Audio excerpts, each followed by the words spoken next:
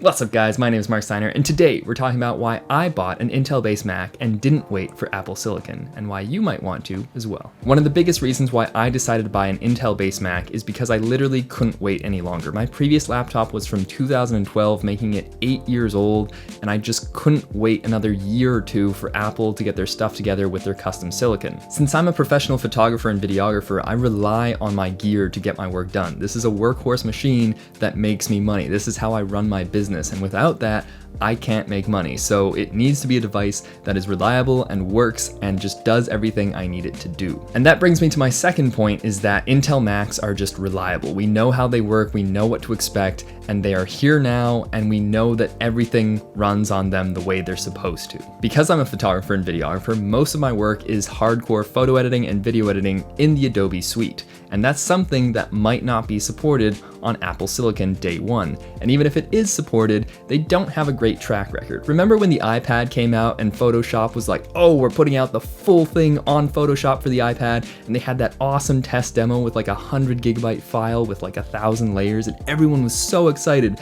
And then like a year and a half later, after teasing it, they launched the app and it was absolute trash. And everyone's like, this is not full Photoshop like you promised. This is a watered down, dumbed down version. I can't use this for professional work.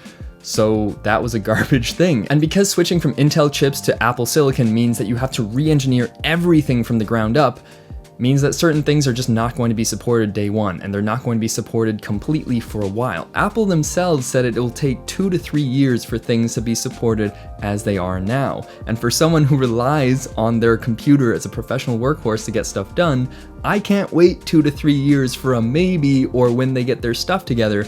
I need to work right now, and I know that Intel stuff will work right now. Even though I'm very excited for Apple Silicon, don't get me wrong, I'm just not willing to buy into it at this point in time. This is a first generation product, either late 2020 or 2021 when these first gen products are going to be coming out, and no one should invest heavily in a first gen product. This is like a beta test of their new silicon, and I have every faith that it's going to be great, just not for what I need it to do. There were problems when people were upgrading from the previous Mac OS to Catalina, where they just lost entire music libraries. And if you were a music producer, that was a deal breaker. You just lost your entire library of files. That's unacceptable if that's your job. So I know this transition is going to have hiccups. I know it's going to have road bumps.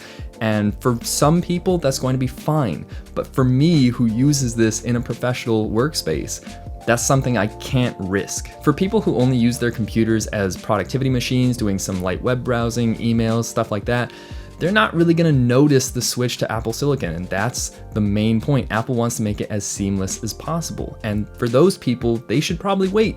It's probably the play to wait for those because they're going to be cheaper, more efficient, more battery efficient, and rumors are saying complete redesigns of certain computers, as well as brand new mini LED displays. So that could be awesome. But another reason why I decided to buy an Intel machine now is because I skip all the first gen nonsense where they're still figuring everything out, and 2 to 4 years down the line, I'm ready to upgrade, and they've already fixed all the road bumps and hiccups. They know what they're doing. It's the second, third, fourth gen computer that they're putting out there with their own custom silicon, and it's going to work properly. And by that time, all the third-party applications will have updated their apps from the ground up to work very efficiently on the macOS system, and it's going to be amazing. And I'm looking forward to that future because it potentially means that everything is on the same architecture. iOS apps, iPadOS apps, and macOS apps are all interchangeable for one another. Like imagine starting editing some photos on Lightroom on your laptop, and then you just hop off to the beach and you continue editing on your iPad,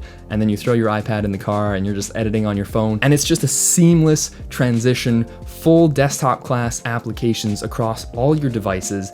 That is the future I'm looking forward to. But that future is not in 2020, in 2021. That future is 3 to 5 years down the line where they figure out all that stuff together. That's an ideal future. Realistically, I don't know if we're going to get desktop class applications throughout the ecosystem. But what I do know is that this is going to make a lot of things a lot more seamless than they already are, which is a very good thing. But again, this is 3 to 5 years down the line, and I cannot wait that long when my business requires that I have a computer that functions today. Another reason why I decided to buy an Intel Mac is because Apple has said that they are going to continue to support Intel Macs for the foreseeable future. Now, this is a very vague comment. They haven't given hard numbers of, 4 years, 5 years, which is a little bit concerning. But like I said, by the next time that they have their stuff figured out in 2 to 5 years, I'm going to be upgrading to one of those laptops anyway. So it doesn't really matter if they stop supporting Intel stuff by then, because I will be willing to upgrade because they figured their stuff out and everyone will have upgraded their apps to work on Apple Silicon. But I was reading this interesting rumor saying how during this transitionary period, Apple is going to be not only allowing Apple Silicon machines to exist, but Intel machines at the same time. Like, they're going to continue releasing Intel machines, which I found very interesting. So like you have on Team PC, where you can choose between Intel or AMD for certain products, you might have an Apple Silicon or Intel on certain products as well. So that goes to show that Apple knows that this isn't going to be a flawless transition. They expect road bumps to happen, and that's why they're giving themselves that 2 to 3 year period to figure stuff out. Another thing about these being first gen products is that there's so much uncertainty around it. We just have no idea how these things are going to work in the real world. With Intel chips, you know how these things are going to work, and you know you can rely on them, and you know their quirks for, nothing is perfect, but you know that you can work these things around, how the GPU works, how the CPU works, and you know what to expect in certain circumstances. There's no real uncertainties when you're buying these computers because everything's already been tested and they've been working with Intel for years and everything's been written for Intel. So there's just that peace of mind knowing that everything is going to work properly like you expect it to. Whereas with the new Apple Silicon computers, you have no idea what to expect. Like I already said, these applications are not going to be supported day one, and they're going to have to be doing quick upgrades to make sure that they can function on Apple Silicon, but they won't be rewrites. And as the company rewrites their stuff, they'll put out updates and whatnot, and it'll get better, don't get me wrong. But it's just so uncertain. Like, the iPad Pro is such a good device, and it competes with a lot of laptops and even desktops in performance, and it's just a testament to Apple Silicon. Like, this is the future we want, and we know that Apple Silicon is going to be great. But that's processing, right? What happens when there's graphics? What happens when Apple takes away AMD and NVIDIA support? You have to run off of Apple graphics. We have no idea how that's going to work, and that's going to require all of these applications to update for those hardware changes, and that's going to take a while. So if you need something that's CPU heavy, you might be covered, but if you need something that's GPU heavy, you might need to find a way that Apple Silicon will just run off the CPU only, or we'll have to wait and see what Apple comes out with on the GPU side. There's so much uncertainty that it's not practical for people who rely on their device to buy into it just yet. Wait 2 to 4 years when they figure their stuff out and there's less uncertainty and all the kinks have been worked out, and that's when you should buy Apple Silicon computers.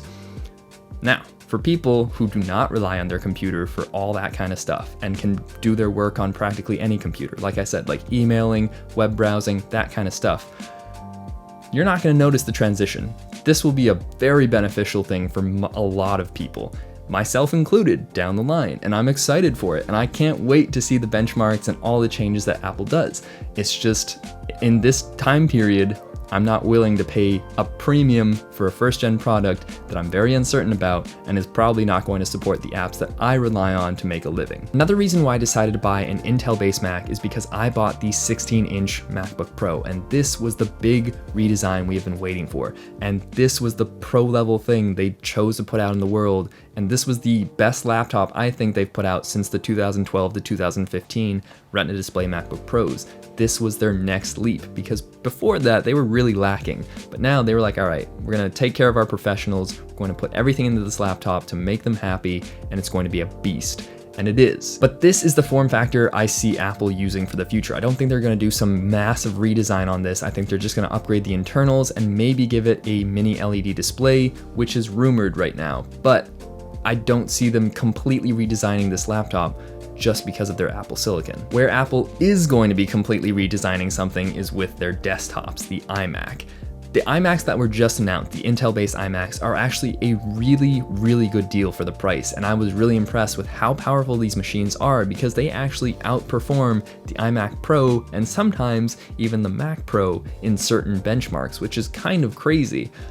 but this is really long in the tooth. This design is now over 8 years old. They haven't really upgraded it or changed it since 2012, and we all know that this massive, beautiful, futuristic redesign is just around the corner. So if you're into the desktops, I personally would wait for the Apple Silicon version, not just because of the Apple Silicon, but because that redesign is going to be so quintessential, and you don't want to drop, $3,000 to $5,000 on a new computer and feel like you already have an outdated machine in a month and a half. Those next gen iMacs are going to be beautiful. They're going to be taking a lot of inspiration from the design language of the iPad Pro, as well as the Pro XDR display. So that is going to be a beautiful all-in-one computer, which I think is worth waiting for. But like I said, if you need a workhorse computer right now, you're actually getting a really good deal with the Intel chips. It's just that it's harder to justify a desktop right now when you know that that update is just around the corner. So that's it from me, guys. Let me know what you think in the comment section down below. Are you excited about Apple Silicon? Are you on my side where you're also excited, but you're not going to be a beta tester first genner? Or are you like, I'm gung-ho, I need that first gen. I'm excited about this new product and I want to see how it goes. Or are you you don't really care and you're just like, you know what, I'm gonna upgrade to whatever there is and I don't really rely on my computer for that kind of productivity work. I'd love to know what you guys think. So let me know. My name is Marc Steiner and I'll see you next time.